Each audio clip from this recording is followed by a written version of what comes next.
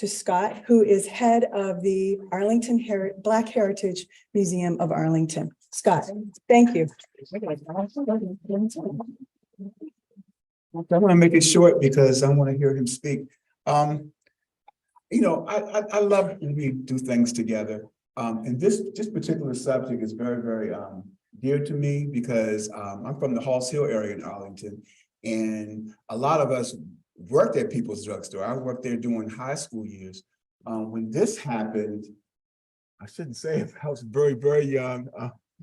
Yeah, I'm 64 years old, so I don't really remember it, but I remember my dad worked there. My dad would mop the floors there in the lunch counter. And I was talking to, Joan, stand up. Everybody say hello to Joan Mulholland for me, please.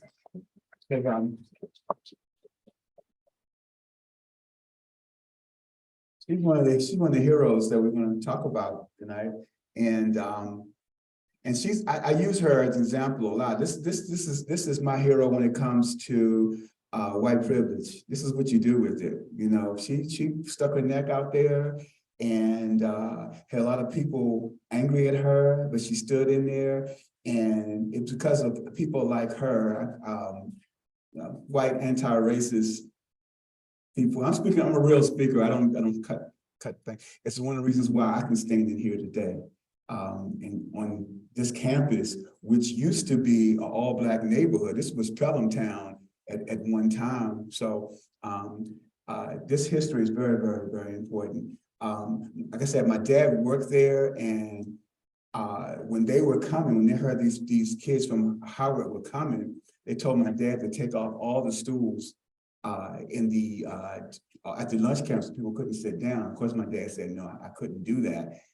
But we have a picture at the museum of those stools actually taken off. But the thing of it is that like we could buy the food, you just couldn't sit there, and we were okay with it. I mean, it was a time when you just knew your place, you know.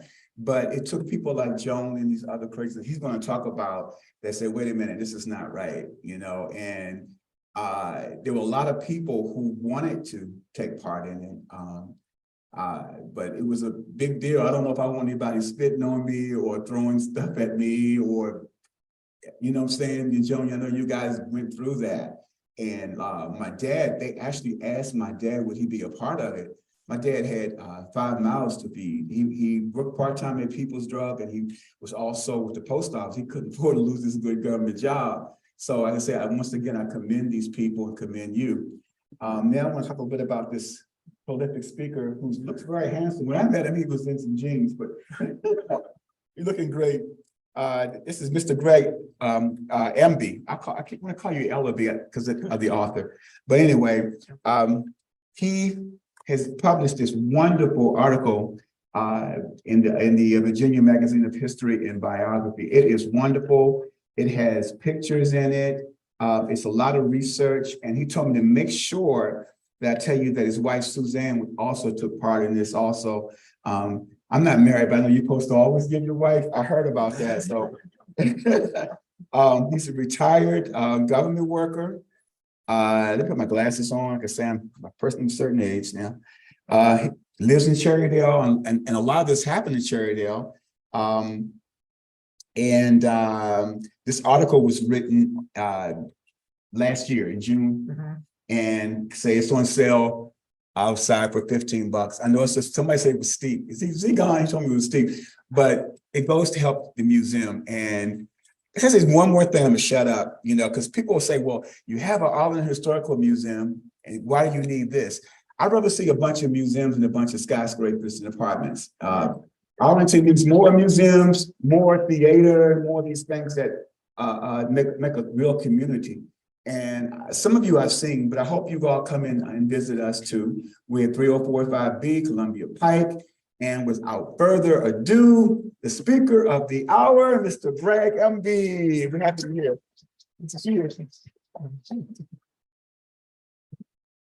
Thank you, Scott. With regard to the fact that I'm wearing a suit, my wardrobe, since I've retired in 2008 has devolved into two modes. One is either funeral director or potential axe murderer. And so that's why you all are getting the funeral director mode tonight. Before I start talking about the Cherrydale Drug Fair sit-in, I thought it was important to lay the historical and cultural backdrop to that sit-in. When Arlington County, when it became Arlington County from Alexandria County in 1920, at that time, the KKK was part of Arlington County's what I would call civic DNA. Klan members were staff workers, hired staff in the county government. They sat on county commissions. They were members of neighborhood boards. They had their own marching band. They marched in July 4th parades in Arlington up well into the 1950s. They sponsored their own youth baseball team, and they owned a field where they would hold periodic rallies with the burning cross and the hoods and the robes and all that. The field now is where the Boston Quarter Shopping Center stands. So because Arlington was so heavily Klan controlled, the national leadership of the Klan chose North Arlington as the site of their first demonstration in the national capital area.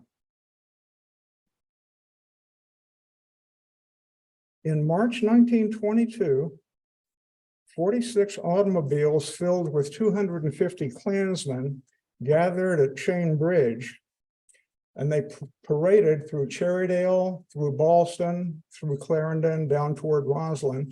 They would drive a few dozen yards and then climb out of their cars and show their signs. Some of them read, "We're for law and order. Our leaders are sworn to do their duty. We were here yesterday, we're here today, we'll be here forever." Things like that.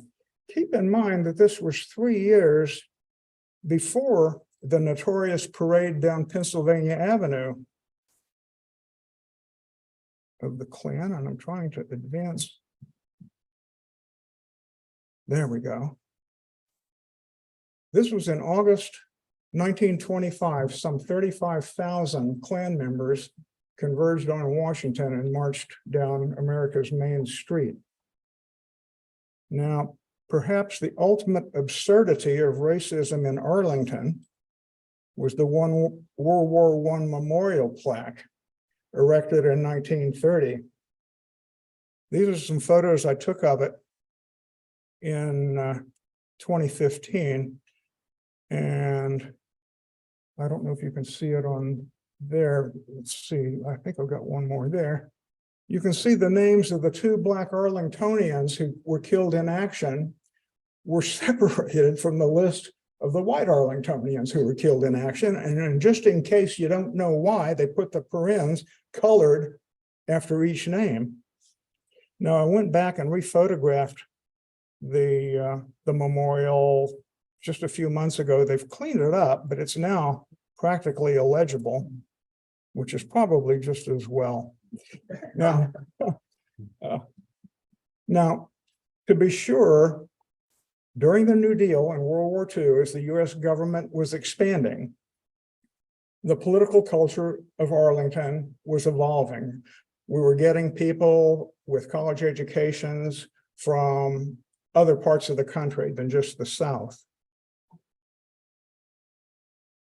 Nevertheless, by 1948, the 1948 election, where 4 states voted for Strom Thurmond as the best candidate for president of the United States. Virginia did not. And in Arlington County, this was the breakdown. The States' Rights Party only got 6%. So you could see that the Jim Crow KKK culture was starting to slip by that time. Now, nevertheless,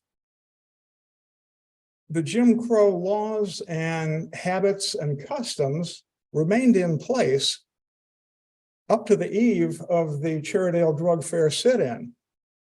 If you were a Black person in Arlington County between 1920 and 1960, there were segregated seating at public events like political rallies, sports events, movie theaters.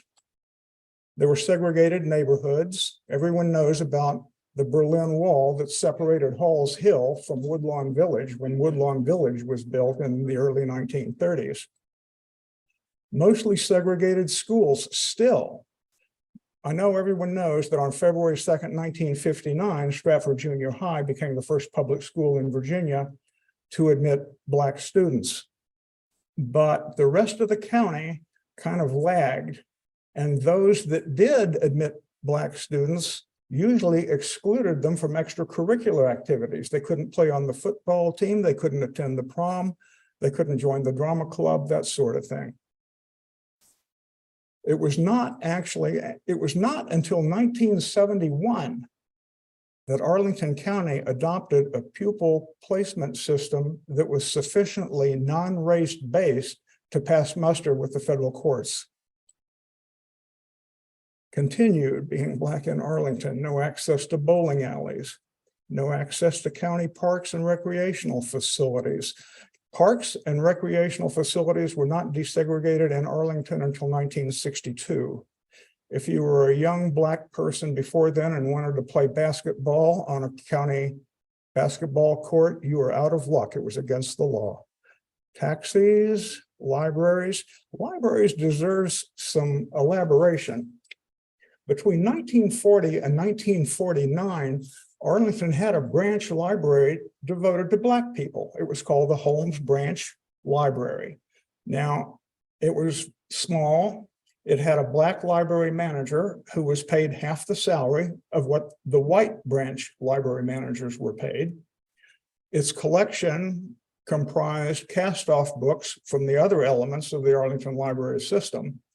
But nevertheless, it was a library available to Black people in Arlington. The land on which it sat was sold in 1949. The library had to close. And now this is where it gets strange. In 1950, the Arlington government passed an ordinance declaring that all elements of the Arlington library system would be open to all races, but they never publicized this. They never announced it. And so Black Arlingtonians assumed, well, heck, we're excluded from everything else. Why should we expect libraries to be open? And so libraries were de facto segregated on the eve of the Cherrydale, the Arlington sit-ins. Arlington Hospital was off limits to Blacks. If you were an expectant mother, even the maternity ward was banned to you. White-owned restaurants, of course, and lunch counters. Now, judging from the audience, you don't need to hear an explanation of what a lunch counter is. But for those of you in the viewing audience at home via Zoom, if you're unfamiliar with what I'm talking about, it was a long bar-like configuration. The servers were on one side, the clientele were on the other. They sat at stools shoulder to shoulder. And these predated McDonald's, Burger King, Wendy's, all that sort of thing. So if you were out and about doing your chores, doing your errands, doing your shopping, if you got hungry, you would stop and sit at a lunch counter and get a sandwich, cup of coffee, piece of pie, whatever. And if it was crowded and you were by yourself, you could find yourself sitting shoulder to shoulder between two strangers. And except if you were Black, you could not sit down at a lunch counter. You could order standing up at the end of the lunch counter and take the food away with you, but you could not sit down. Lunch counters was the first aspect of Jim Crow in the South that was challenged. And the first lunch counter sit-in was on February 1st, 1960 in Greensboro, North Carolina. The four who did it were Ezell Blair Jr., David Richmond, Franklin McCain, and Joseph McNeil. All four were students from North Carolina Agricultural and Technical College.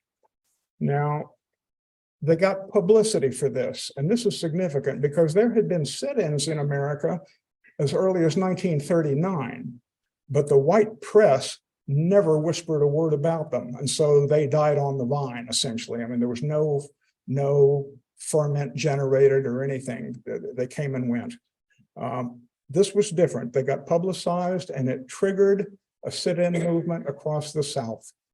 By the end of March 1960, the sit-in movement had spread to some 55 cities in 13 states. By the end of April, it was estimated that some 50,000 students were participating in these sit-ins. Nevertheless, for all of this ferment, only 8 southern cities on the eve of the Arlington sit-ins had desegregated their lunch counters. And for those of you watching this on a cell phone, an iPhone, let me read it off. Austin, Corpus Christi, Dallas, San Antonio, Galveston, Nashville, Winston-Salem, and Salisbury, North Carolina. Now, the Arlington sit-ins were not the first sit-ins in Virginia. From February 1960, there had been sit-ins in Richmond, Norfolk, Portsmouth, Newport News, Hampton, and Suffolk, none of whom had desegregated their lunch counters despite these sit-ins. Now, between one February, when the Greensboro sit-in began, and 9 June, when the Arlington sit-ins began, the New York Times and the Washington Post published hundreds of articles, about 100 articles apiece, actually, describing what was happening to the people initiating these sit-ins. Some were being expelled from college. Some were being arrested. The charge was usually trespassing, sometimes unlawful assembly, disturbing the peace, disorderly conduct, loitering, vagrancy. It didn't matter. The Virginia General Assembly on February 24th, 1960, passed a set of emergency trespassing bills to try to deter sit-ins in the Commonwealth. The bill provided for imprisonment of up to 12 months or a fine of $1,000. That's $10,107 in today's money. Can you imagine being a college student and getting a fine of $10,000 today? Talk about student debt. The fines I mentioned. This was the one that I found the most horrific when I was doing the research, when Suzanne and I were researching this. There was a steady drumbeat in the Post and the Times during those months leading up to the Arlington sit-in, talking about sit-inners elsewhere having burning pieces of paper dropped into their laps, being pelted by eggs, getting beaten with dog chains and bullwhips, getting pushed downstairs, suffering stab wounds, having their coats ignited, enduring broken cheekbones, and sustaining concussions. On top of that, this is a scene from Nashville during one of their sit-ins. On one day during the Nashville sit-ins, the Nashville Metropolitan Police decided not to show up. And they left the sit-inners to the mercies of the surrounding crowd. This is also Nashville. This is Paul LaPrade on the ground. He was pulled off his stool, kicked, stomped. He followed his training and went into a fetal position and protecting his skull. On this question of training, in Nashville, the sit-in movement was the most organized, and they trained their participants ahead of time. In Arlington, there were no drills. no simulations, no practice sessions, nothing like that. It was a general understanding among those doing the sit-in that they had to stay nonviolent no matter what, but that was it. Next slide. The other thing the Arlington sit-inners had to concern themselves with was the consequences of their actions on other people, either people associated with them like parents, family, or complete strangers. This is the home of Alexander Luby in Nashville. On April 19th, 1960, a bundle of dynamite sticks was tossed through the picture window of his house. And Luby, by the way, was a NAACP attorney who had been defending arrested Nashville sit-inners up to that time. The dynamite completely destroyed his home. It was never repaired. It had to be torn down and rebuilt. The blast was so powerful that it blew out 400 windows in the surrounding neighborhood. Now, fortunately, Luby and his wife were asleep in the back bedroom and were unharmed, but what a way to wake up. Also, with regard to harm to others, there were two really horrible stories picked up by the New York Times. In March of 1960 in Houston, a 27-year-old blue-collar black man was walking home from work to join his wife and 3-month-old child. And he was abducted by 4 white masked youths who took him to a secluded area, hung him by his ankles from a tree branch, and proceeded to beat him with chains for the next 30 minutes, after which they pulled off his shirt and carved the initials KKK across his torso. They told him that they had been hired by someone to do this, a person who was upset by the sit-ins by students at Texas Southern University. Another Times story talked about a young black man in Bessemer, Alabama, who, as a student in April 1960, participated in a public prayer for freedom demonstration in Birmingham.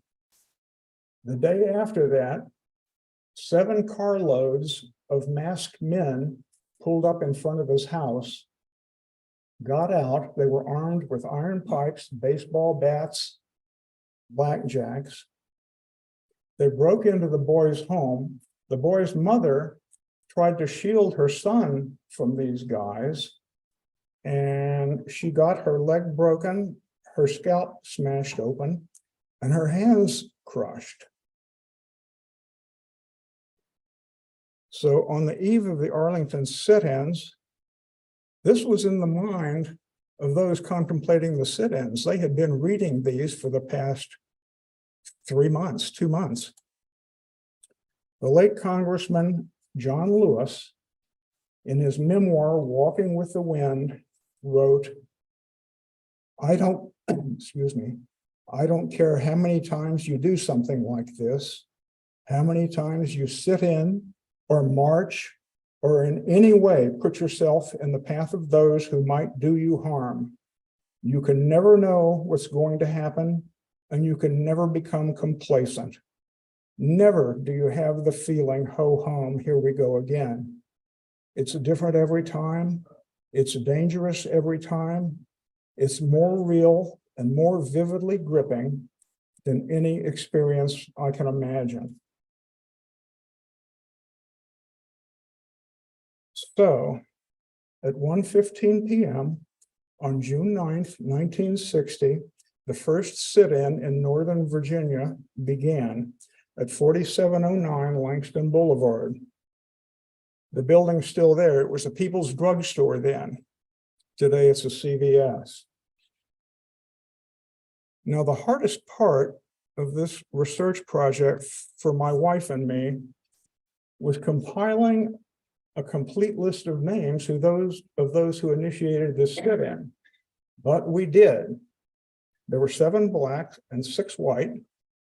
And please indulge me while I do a victory lap and read off all 13 names, by golly. Charles Cobb, Ethelene Crockett, Walter de Legal, Dion Diamond, Paul Dietrich, Cornelia Green, Gwendolyn Green, David Hartzell, Lawrence Henry, John Moody, Robert Osborne, Joan Trumpauer, and Helene Wilson. They were joined later in the day by 2 students from Georgetown separately. They didn't know each other and they joined at different times. 20-year-old Martin Shine and 18-year-old Georgetown freshman Michael Everett. Here's just another scene of the People's sit-in. Another one. This is Cornelia Green and David Hartzell. Scott spoke about removing the seats from the stools. That was the first thing the manager did, just to make sure no other sit-inners came in. The students got around this by bringing a large textbook with them, balancing them on the post. Do you see my cursor? Excellent. Yeah. And sitting on that for the rest of the day. Talk about dedication. The police showed up immediately with 2 paddy wagons, one for men, one for women, and a huge contingent of officers. They stayed there for about 45 minutes, but no arrests were made. This is important. The law stipulated at the time that a person couldn't be arrested for trespassing unless the owner of the store pressed charges for trespassing or filed a complaint for trespassing. This did not happen at People's, and so there were no arrests. Most of the police left. They left a small contingent behind. Now, these are the Green sisters, Cornelia and Gwendolyn Green, again at the People's. The poor quality photos in my presentation tonight come from the Northern Virginia Sun. Unfortunately, the photo morgue of the Sun was destroyed when that newspaper folded in 1998. And so I managed to salvage some photos from the microfilm reader from the Fairfax City Library. After about an hour, 6 of the sit-inners at People's peeled off and walked down to the Cherrydale Drug Fair. The building is still there, and I took that 1960 photograph of it and melded it in with a more contemporary photograph so you can get an idea of where it is. The Sun and Moon Yoga is at the far end next to Cherrydale Hardware and whatnot. Company Flowers and District Angling, other stores. And here are the 6 who who started the sit-in at Cherrydale Drug Fair. Lawrence Henry, Joan Trumpauer, Dion Diamond, Charles Cobb, Ethelene Crockett, and David Hartzell. The first thing that happened was 2 Nazis showed up and started parading back and forth behind them. The American Nazi Party's national headquarters was in Ballston, 928 North Randolph Street. So it was a short walk relatively to Cherrydale for these guys to show up so quickly. One of the signs reads, "Is we is or is we ain't equals," with a disparaging caricature of a black person. And then the other one reads, "The head of the NAACP is a Jew," with a disparaging picture of a Jewish person. Again, the lunch counter was closed. Younger kids started showing up from Stratford Junior High, St. Agnes, and Washington Lee High School. And some of them were supportive of the sit-inners. One girl came up to David Hartzell and whispered in his ear, "Thank you for doing what you know is right." Others were mainly peeved because the lunch counter was closed, because their habit had been after school to go hang out at the drug fair, have milkshakes and Cokes with their buddies. And that was their chief concern, that they couldn't get their sodas. This one fellow was lecturing Dion Diamond on something. I asked Dion if he remembered what this little twerp was telling him. And, he shook his head. He said, whatever his parents had been telling him. I'm sure that's true. Now, the three adults you see in this picture were more Nazis. They also showed up around the same time the kids did. This fellow here giving Joan the eye is Seth David Ryan. He had an arrest record of possession of a deadly weapon and drunken disorderly conduct. This fellow here is Ralph Lee Hassinger. And the fellow whose face you can barely see there up in the corner is Andrew Newman Chappell. He was court-martialed for desertion from the Navy and given a dishonorable discharge. Had an arrest record that included carrying a concealed weapon, first degree burglary. In 1961, he would be arrested for contributing to the delinquency of a minor when he asked a freshman high school girl to skip school and go with him on a picnic.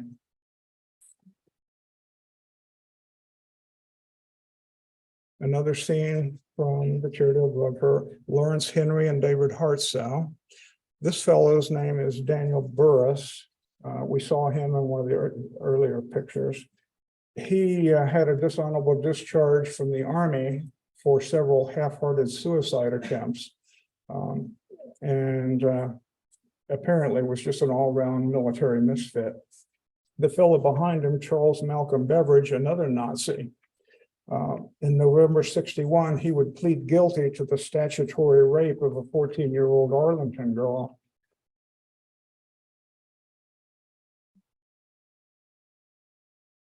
Another grainy photo from the Northern Virginia Sun.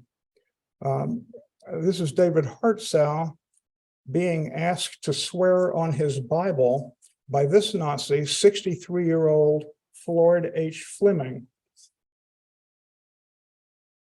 And that's Charles Malcolm Beveridge behind him. Here. This was Lawrence Henry, of course. He was asked to swear on his Bible that he and the other citizens were not being paid by the Communist Party. So, and this is a very rare photo of Joseph Wooten. He was a worker at the drug fair who joined the sit-in after an hour at 3:30. And as soon as he joined it, he was immediately fired. And later on, a cross was burned in the front yard of his Arlington home.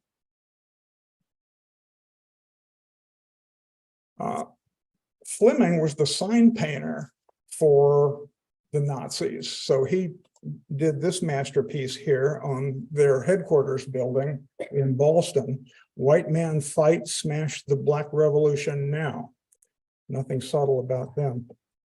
The building itself was this ramshackle wood frame house, usually with junk on the porch and in the front yard, but they would spiff it up every April 20th for Hitler's birthday.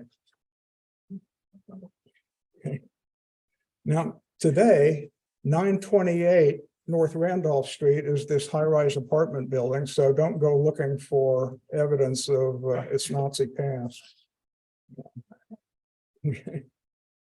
Meanwhile, back at the Cherrydale drug fair, the kids pretty much went home, and the crowd grew older, larger in numbers, and more hostile and more violent. David Hartsow had perfume poured into the jacket of his suit, and then a lit cigarette tossed in. It didn't go off, fortunately, but the intent certainly was there. Joan was almost knocked from her stool by someone elbowing her in the back.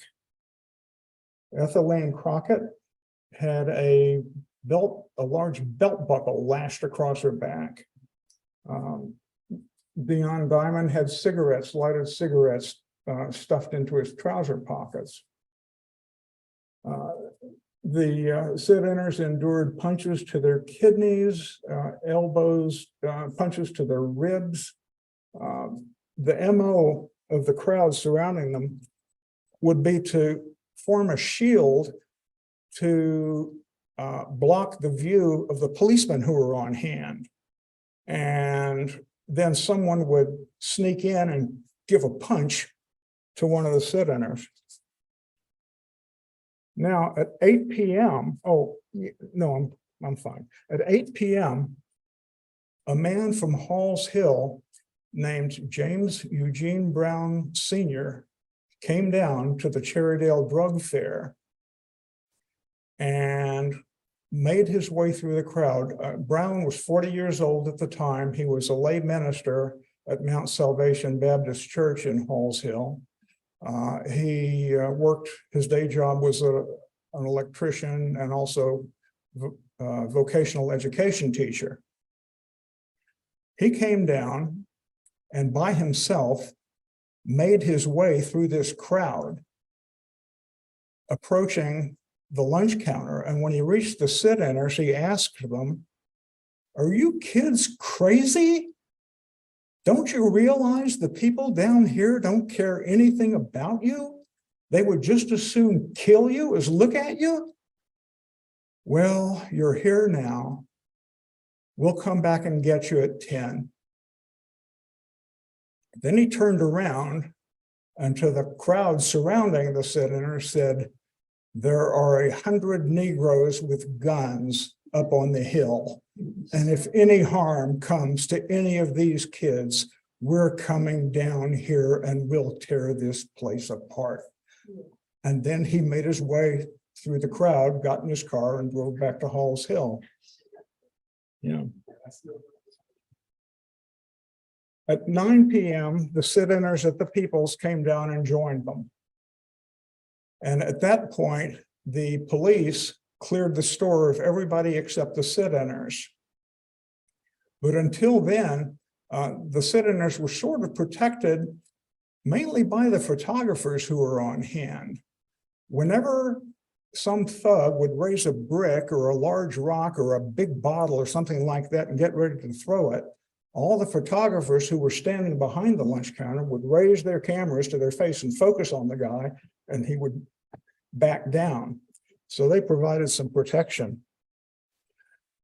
At 10, of course, the drug fair closed and it was time to get out.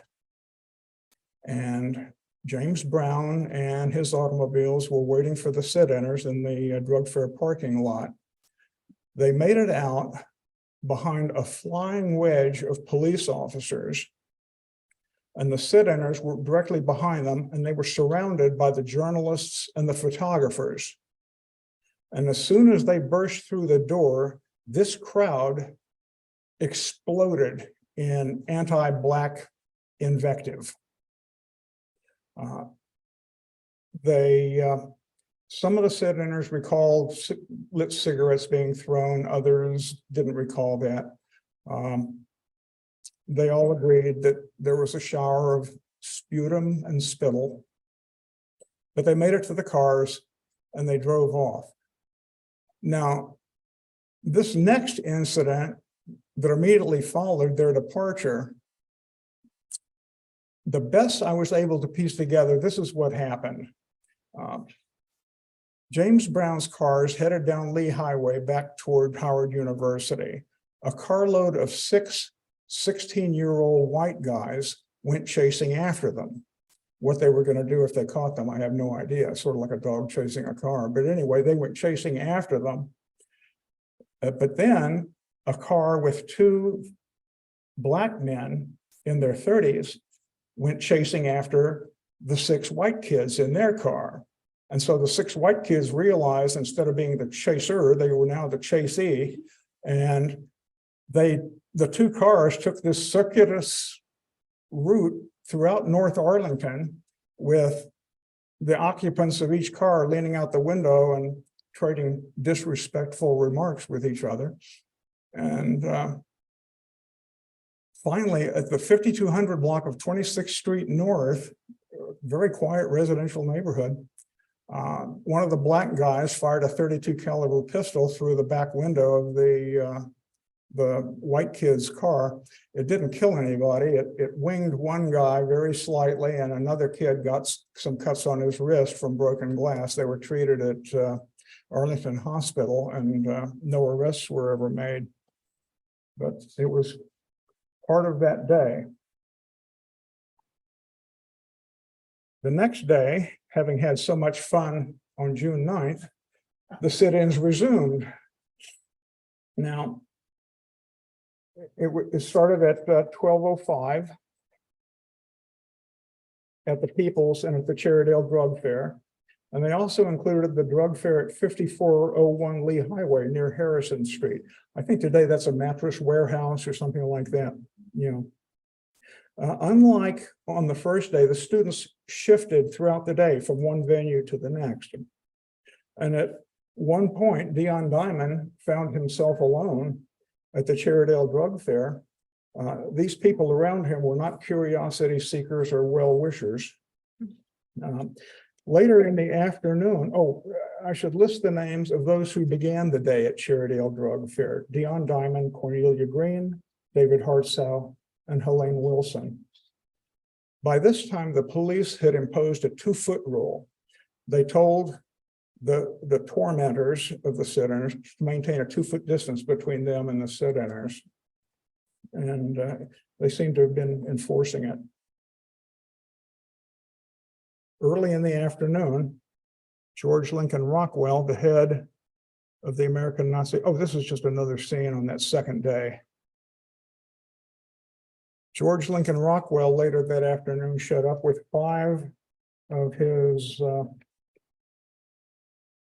party members. 3 of them can be identified.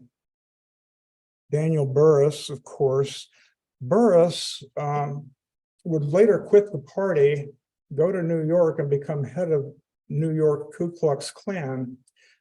In July 1965, he was outed on the front page of the New York Times as being Jewish and as having been raised in an Orthodox Jewish household, at which point he took a pistol and shot himself once in the chest and once in the head, and that was the end of Daniel Burris. John Patsalos would have a falling out with Rockwell later. He was his #1 deputy at this time. But in August 1967, he murdered Rockwell in the parking lot of the Dominion Hills Shopping Center, which is still there, 6000 block of Wilson Boulevard. The other Nazi was Bernard Frederick Davis Jr., and the 2 behind him we haven't been able to identify. I need to do a shout out to James Ponalillo. He's the American expert on the American Nazi Party. He very unselfishly provided me with all the data on these characters. Late in the afternoon, Dion Diamond and Lawrence Henry crossed the street to what then was the Howard Johnson's. Today it's the Capital One Bank, 4700 Lee Highway. They went into the Howard Johnson's and requested service, and there the manager did press charges for trespassing, and so the 2 were arrested. They weren't roughed up by the police. They weren't even handcuffed. They posted $250 each in bail and got out of jail. Now, the pause is in the sit-ins, not in my presentation. So if you were wanting to sigh of relief, sorry. After 2 days of sit-ins, the protesters took a week off. They tried to arrange a conference among store owners themselves and the Arlington County government, but the Arlington County government didn't want to have any part of this. They said it was a private matter and that the government had no business in interfering. The chairman of the county board did say that he thought Black people should be served at lunch counters, but at the same time, one had to recognize the right of store owners to serve whomever they wished. Now, this was actually a legal conundrum that had been tormenting the NAACP for years. Even NAACP lawyer Thurgood Marshall acknowledged this clash of interests. Well, the sit-ins didn't do conundrums, so they renewed their sit-ins on June 18th, this time in Cherrydale at the Landsberg department store and the Woolworths. Those buildings no longer exist. And on June 22nd, a sit-in began at the Buckingham Drug Fair at 256 North Blue Road, which is still, it's a CVS today, I believe. After the protesters there sat for some 2 hours, the national head of the drug fair chain ordered the sit-inners to be served. And right after that, or almost simultaneously, the Woolworth store announced immediately it would begin serving Blacks at its lunch counter. And the other stores, it was almost like a wildfire. I mean, it was immediate. I mean, the walls of Jericho came down all at once. And it spread very quickly to Alexandria, Fairfax County, Falls Church, all of Northern Virginia desegregated their lunch counters. Okay, why did the store owners give in? Well, my conjecture is no one wanted to be first, because if you were the first and no other store followed suit, you were going to lose a substantial part of your white clientele. I thought they could reasonably suspect that that would be the case. So nobody wanted to be first. But at the same time, the other economic consideration was these sit-ins were costing them money. A lunch counter back then was a store's biggest revenue source. And so when sitters came in and you had to close the lunch counter, you were losing money. And when your entire store got cleared by the police, you were really losing money. Now, I have no evidence for this, but it's my conjecture that several of the store owners got together in private, quietly, and said, we've got to do something about these damn sit-ins. And that the only solution is going to be to desegregate, but we're going to have to do it all together. And that is what happened. So whether there was any kind of informal collusion or not, I don't know, but I highly suspect there was. But again, no evidence. But I think it was more than economics. I think there was a moral consideration that played a part. And this is where the Cherrydale sit-ins significance really becomes apparent.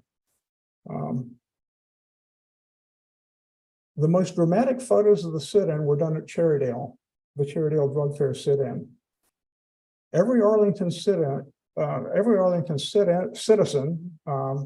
pastor, political leader, store owner would see these photos and contrast the sit-inners who were orderly, peaceful, well-spoken, well-dressed, well-groomed, contrast those with those who were standing around tormenting them, who were the opposite in every respect, and make a moral choice, you know, whose side am I on? And of course, the side they chose is now history. And they, on June 22nd, all the lunch counters throughout Arlington and going into the rest of Northern Virginia were desegregated. This is a victory lap at the Buckingham Drug Fair, 256 North Glebe Road.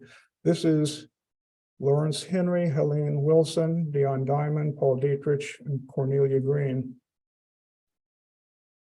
Now, more significant perhaps The hot shops also desegregated. Now, this was a restaurant chain over the whole Washington area. They served blacks in DC, but they didn't in Virginia. They said they were yielding to local custom. And I've always thought that if there ever comes to be built in America a euphemisms Hall of Fame, the words local custom will be on a bronze plaque in the front lobby. Okay. This was the hot shops nearest Cherrydale. Today it's the site of the Walgreens store. To the left, as you look at it, is the pawn shop and then Kirkwood Road. But the significance of the hot shops desegregating is that they were the first eating establishment larger than a lunch counter anywhere in the South to desegregate. Let me talk about those 7 who sat in that horrific first day in Cherrydale. Charles Cobb was a 44-year-old theology professor at Howard. He lived at 6347 Washington Boulevard in Arlington. After the Arlington sit-ins, he worked urging white churches to help combat racism and to support the Black community. In 1963, he helped form the United Church of Christ's Commission on Racial Justice. And in 1966, he became its executive director. He died in 1998 at the age of 82. Ethelene Crockett Jones grew up in Detroit, the daughter of a congressman's father and physician mother. At the time of the sit-in, she herself was a pre-med student at Howard University. She spent her medical career as an obstetrician and has long advocated and defended a woman's right to choose. She lives today in Florida and remains active in the American Civil Liberties Union and sits on the board of the ACLU's Palm Beach County chapter. Dion Diamond was a physics major at Howard at the time of the sit-in. As a freedom rider, he was arrested in Jackson, Mississippi in May 1961. During 1961 to 63, he served as a field secretary for the Student Nonviolent Coordinating Committee in Mississippi and Louisiana. He was arrested more than 30 times, once serving 60 days in jail in Baton Rouge. Later on, he studied sociology and post-Civil War history at the University of Wisconsin. He later earned a graduate degree in education from Harvard. Today, he works in finance and lives in Washington, D.C. He continues to protest and speak publicly to inspire younger generations of activists. David Hartzell, a Quaker, was a 20-year-old international affairs major at Howard at the time of the Cherrydale sit-in. After graduating from Howard, he earned a master's degree in international affairs from Columbia University. He's been arrested over 100 times for demonstrating for civil rights for Black people, against nuclear weapons development, against the U.S. war in Vietnam, against the U.S.-supported wars in Central America, and against the U.S. wars in Afghanistan and Iraq. During one of those arrests, the arresting officer purposefully broke David's arm. In 2010, David wrote a letter to Joan Trumpauer in which he reminisced that the 2 days of sitting in at the Cherrydale drug fair were the most harrowing experience of his life. David today lives in San Francisco, and I understand he has signed in to the Zoom version of this presentation. So David, congratulations on a life well lived. I hope you can hear the applause, David. And I would actually offer the same congratulations to all 7 of the Cherrydale sit-inners. Lawrence Henry, born in Philadelphia, one of 11 children, was a 25-year-old divinity student at Howard at the time of the sit-ins. After the Arlington sit-ins, he led protests at Glen Echo Park in Maryland and elsewhere. In March 1965, he took part in the Civil Rights March from Selma to Montgomery. Toward the end of his life, he returned to Philadelphia, where he became a community leader as well as founder and pastor of the Christ Community Baptist Church. He died in 1980 at age 45. Joan Trumpauer, a native Arlingtonian and graduate of Stratford Junior High and Washington Lee High School. Is that right, Joan? No, Annandale. Oh, Annandale, okay. At the time of the Arlington sit-ins, she was already a civil rights activist as a freshman at Duke University.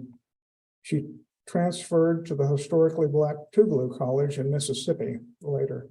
After the Arlington sit-ins, she participated in the protests at Glen Echo Park in Maryland. In May 1961, she joined the Freedom Riders. In June 1961, she was arrested for breach of the peace and spent the rest of that summer in Parchman Prison in Mississippi. In 1963, she participated in the lunch counter sit-in at the Woolworths in Jackson, Mississippi. There's an excellent book about that sit-in by M.J. O'Brien called We Shall Not Be Moved, and it is a masterpiece of research, and I commend it to everybody. In August of 63, Joan was among those helping organize the March on Washington. A month later, she attended the funeral in Birmingham of four Black girls who died in a bomb blast at their church. Joan participated in the Selma to Montgomery March in 1965 and the Memphis to Jackson March in 1966. After a career in education in the Arlington school system while raising 5 children, today she speaks worldwide on civil rights issues. She still lives in Arlington, 0.8 of a mile from where she grew up. Joan, if I could prevail on you to stand and let these folks see what courage looks like.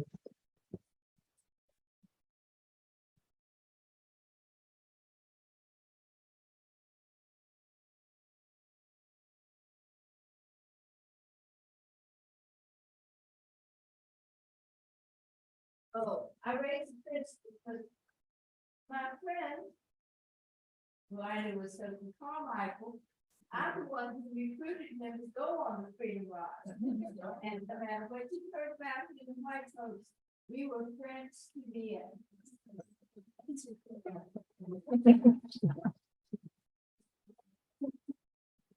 I'm sorry.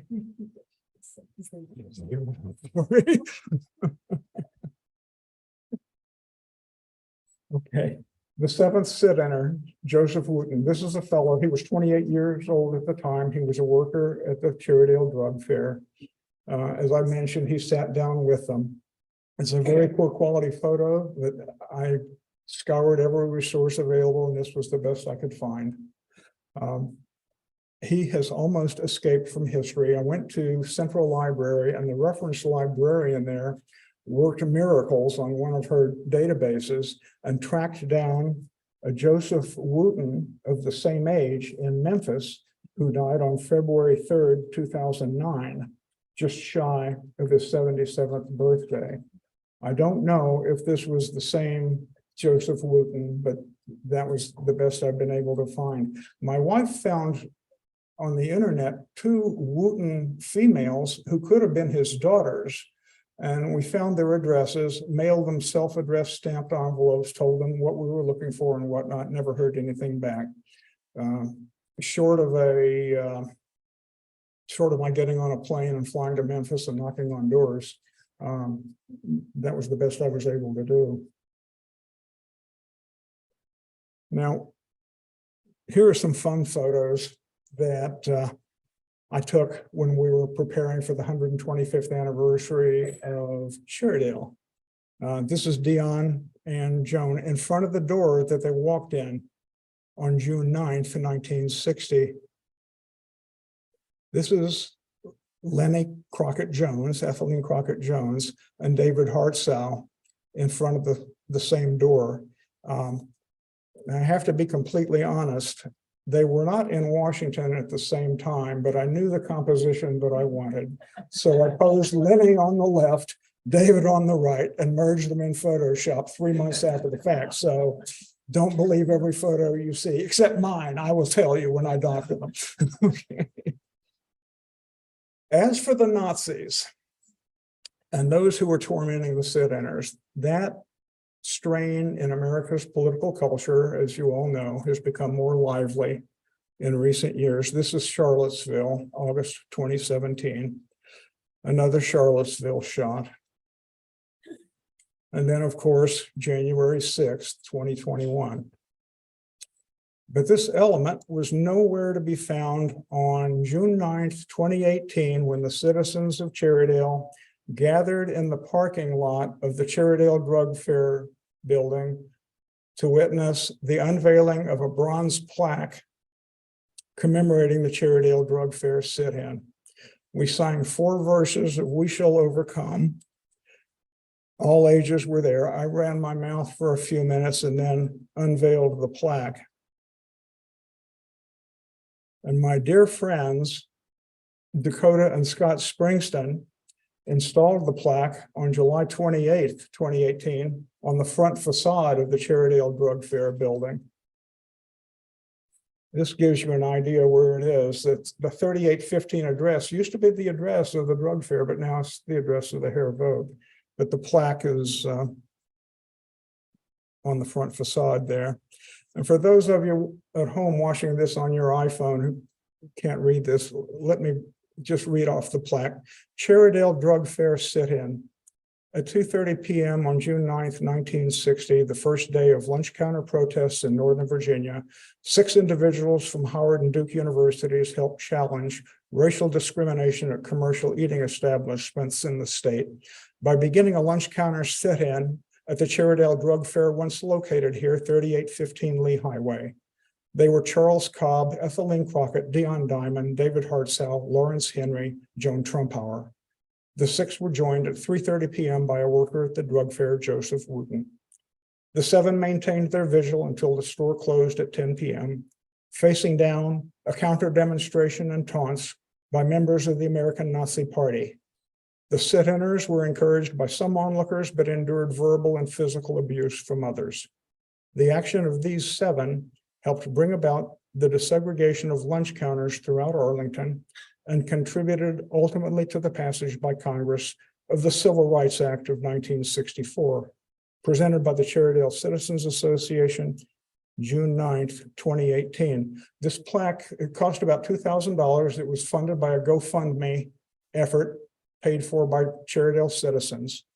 I don't know the precise dimensions, but I do remember it weighed 55 pounds because schlepping this thing around from my porch into my home, back to my car, over to the unveiling ceremony, back to my home. Then anyway, this sounds like an article for Weiner magazine, but anyway. And it occurred to me that when I was doing this presentation, that one could take out-of-town guests on kind of an impromptu civil rights tour of Arlington County. If you were driving from Glebe Road down toward Roslyn, you could tell your guests, you see that CVS pharmacy? That used to be a People's. That was the first lunch counter sit-in Northern Virginia. And over there on the right, that Capital One Bank, that used to be a Howard Johnson's. That was the first restaurant sit-in Northern Virginia. And as you got past Military Road, because I see that building with the big red roof, that used to be a drug fair. That was the second sit-in Northern Virginia. And when you got further down, you can say, see that Walgreens? That used to be a Hot Shops there. The first restaurants anywhere in the South to desegregate.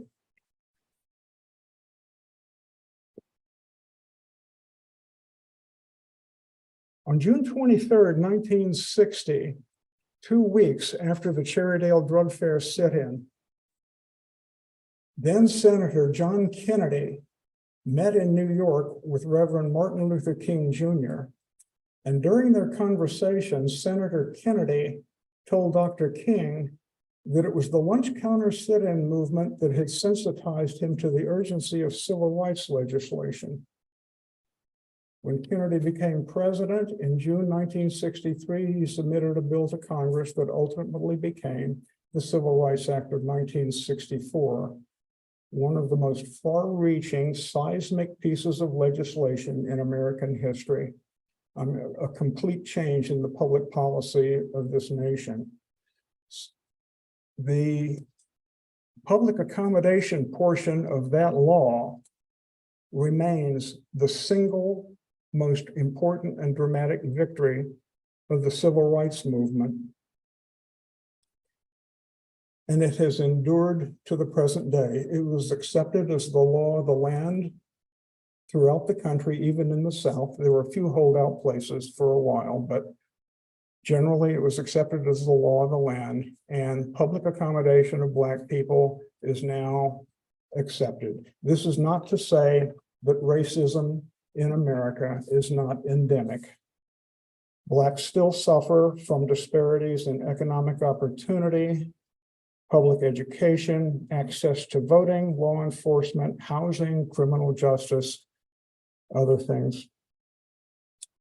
But what's remarkable about what the sit-inners did is that in a country of 180 million at the time, those who initiated the sit-ins scarcely numbered more than a dozen individuals often, and in some cases, even fewer than that. In Greensboro, it was 4 people in a country of 180 million. In Cherrydale, it was 6. It brings to mind the statement by the anthropologist Margaret Mead, "Never doubt that a small group of thoughtful, committed citizens can change the world. Indeed, it's the only thing that ever has." With that, thank you for your kind attention.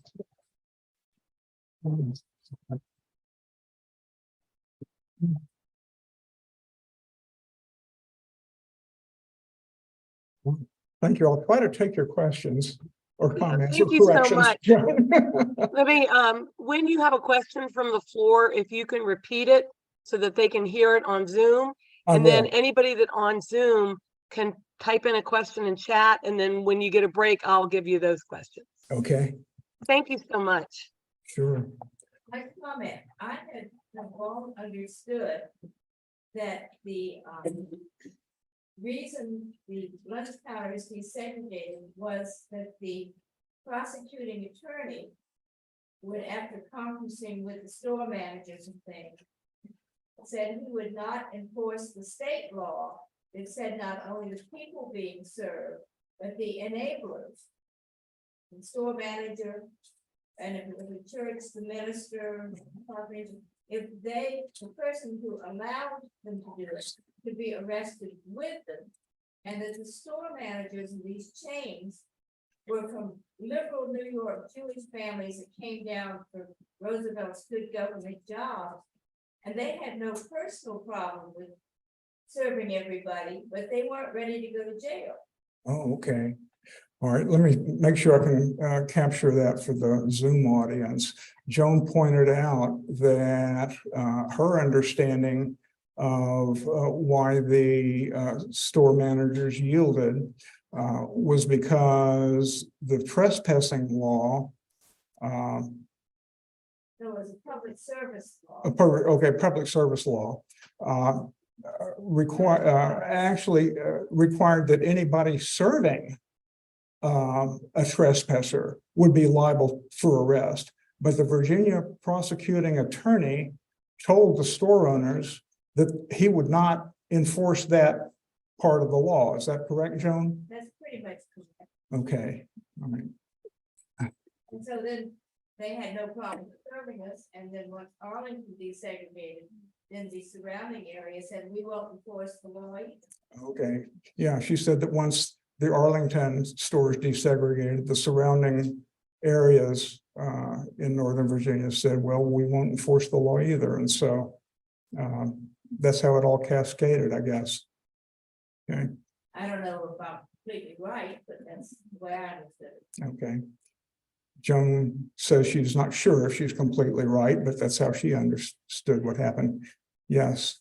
My question is, I understood that the Stratford students were strategically chosen and trained beforehand. Were these the Sitiners? chosen in any way, or did they just do it themselves? Okay, I have to confess, my 76-year-old ears have a tough time hearing.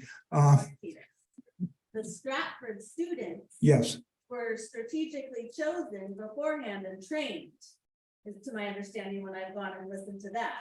And they were educated and prepped for everything. Did the Sitiners get together and prep? And the sit-inners did not. The comment was that the lady's observation was that the Stratford students were trained ahead of the sit-ins. And I'm not sure if the day when they walked into the school together. The fourth and fifth. Okay. Yeah, those were, yes, exactly. Yeah. The four kids, Gloria Thompson, Ronald Eskins, Lance Newman, Michael Jones, right. Yeah, they were trained and prepped and schooled and whatnot. Yeah, I'm sorry, I misunderstood. Those participating in the sit-ins did not get any preparation. No, there were no drills, no simulations, nothing, just they had a general understanding that they needed to be nonviolent, and that was it. Yes, sir. Was there violence at Peoples like there was in Cherrydale? The question was there violence at Peoples as there was in Cherrydale? If there was, it was minuscule, not much at all. Probably because half the Arlington Police Department showed up on that first morning, that first day. But tension was high, certainly, but there was no violence on the scale that occurred at Cherrydale. Yeah.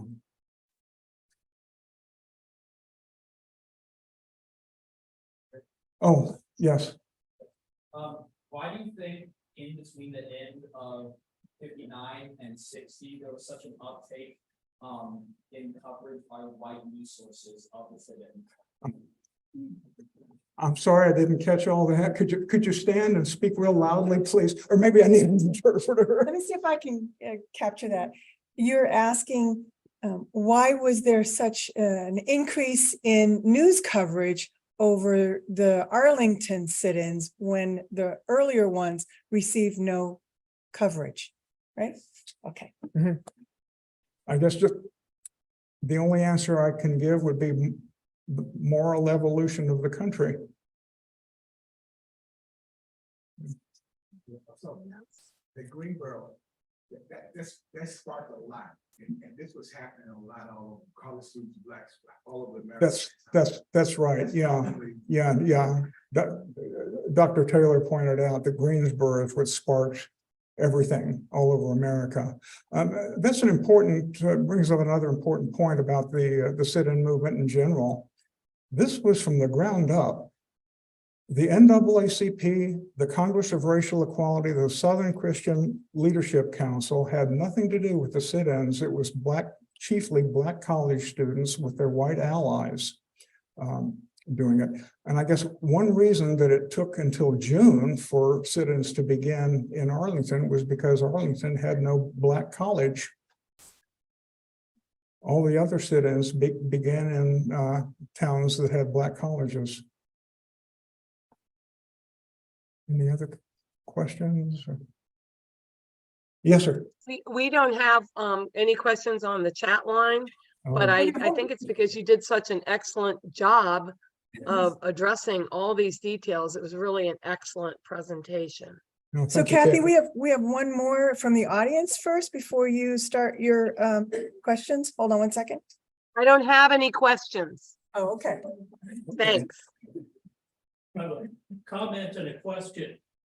My comment is that a few years ago, I saw the chairs of the Greensboro sit-in at the Smithsonian Museum of American History. Although I don't know if they're still there, but I've seen them. Okay. So the Right, museum owns them. Yeah. And so does anyone own anything that was there? Of the Arlington sit-ins? Yeah. The comment was that the four stools from the Greensboro sit-in were on display and still are. It's been a while since I've been down to, oh, they still are. The Greensboro lunch counter stools and are still on display at the Smithsonian Museum of American History. And the question was, have there been any artifacts saved from the Cherrydale drug fair? And my answer is not that I know of.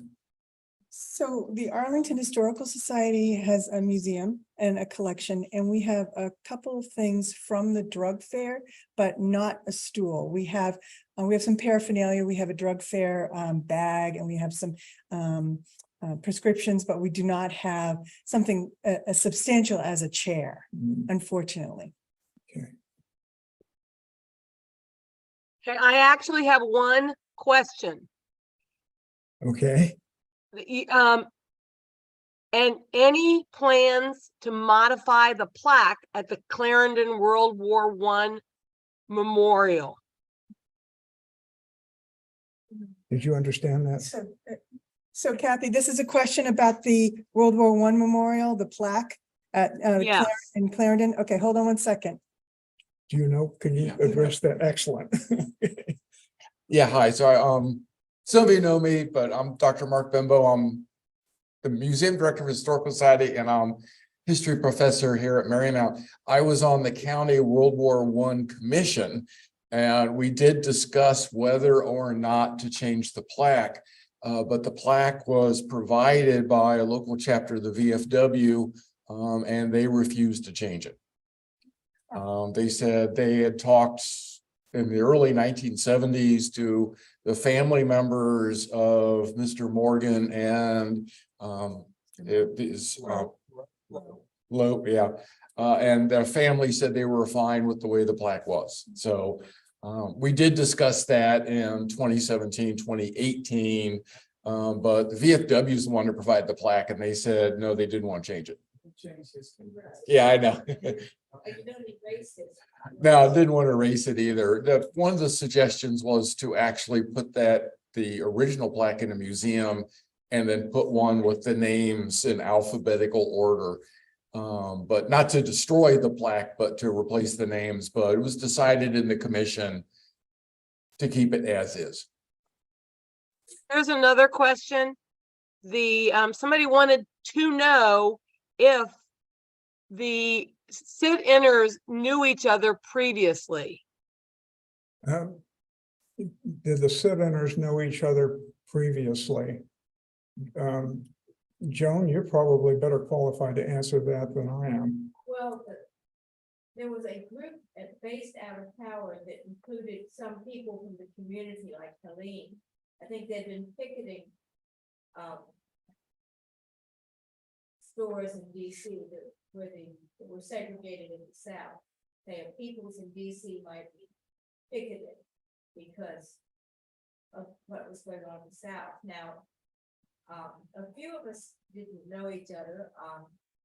When I was at Duke University, the sit-in students from North Carolina College asked me to find out what was happening at Howard and let them know. And I was asking around campus. It turned out there was a group planning to sit in a few days in Arlington.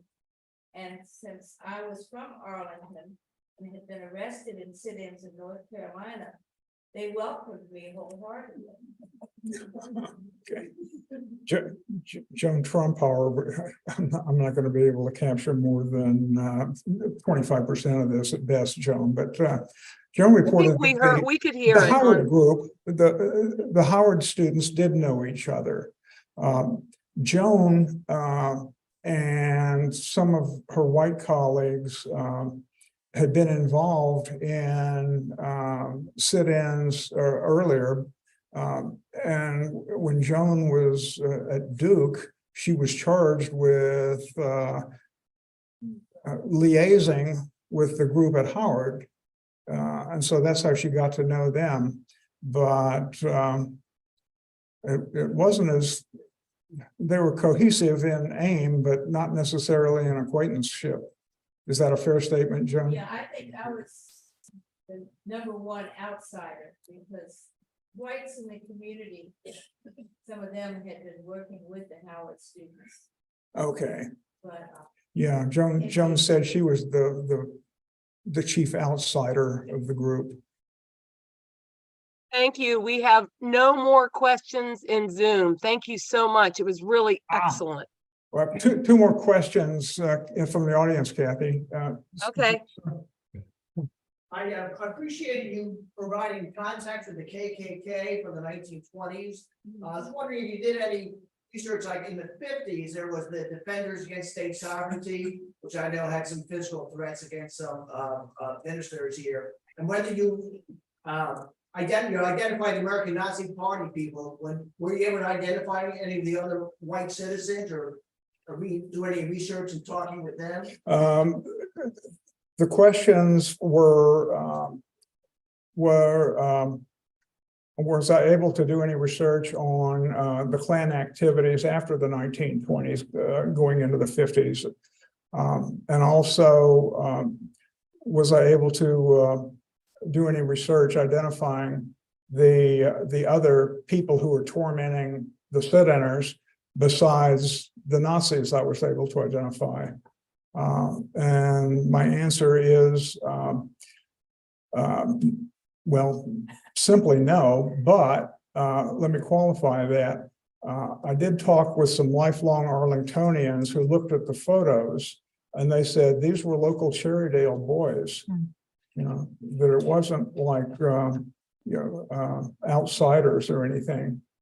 These were people he well knew from his school days. And there was another question, I think. Yes, sir. I think it was essentially a very similar question. I do absolutely want to thank you for a great presentation and really highlighting the power of grassroots protest and making social change. But I am interested in particularly this question about the American Nazi Party and its presence in Arlington at this time. And what really strikes me is that you show this image after the drugstore closes, and a very significant presence of white protesters or counter protesters outside. And I just wonder, does that suggest that the American Nazi Party had a significant political support base in Arlington at the time, or does it suggest that there's some sort of a convergence of the interests of the white community in Arlington and the overt racism and explicit,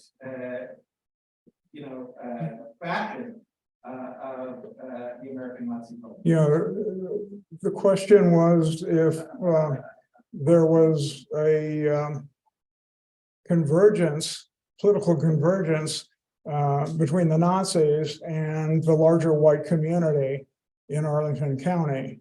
And I don't think there was. I think it was the American Nazi Party was a collection basically of military misfits, petty criminals, statutory rapists, a future murderer, a future suicide. I don't think they had much traction in the greater Arlington community.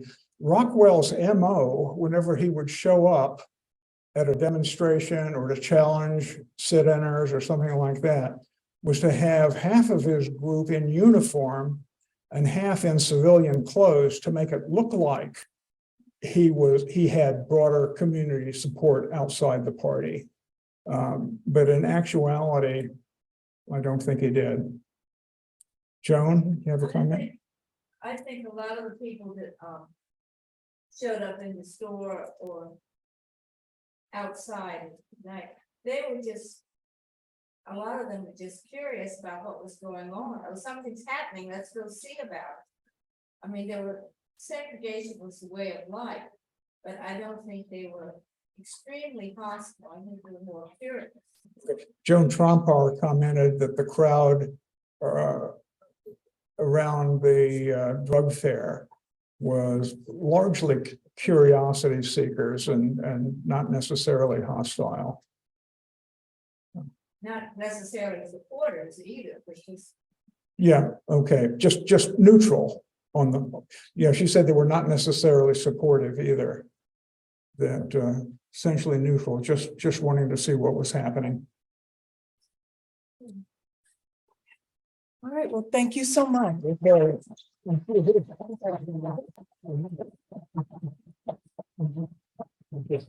Thank you. Thank you very much. What a great presentation.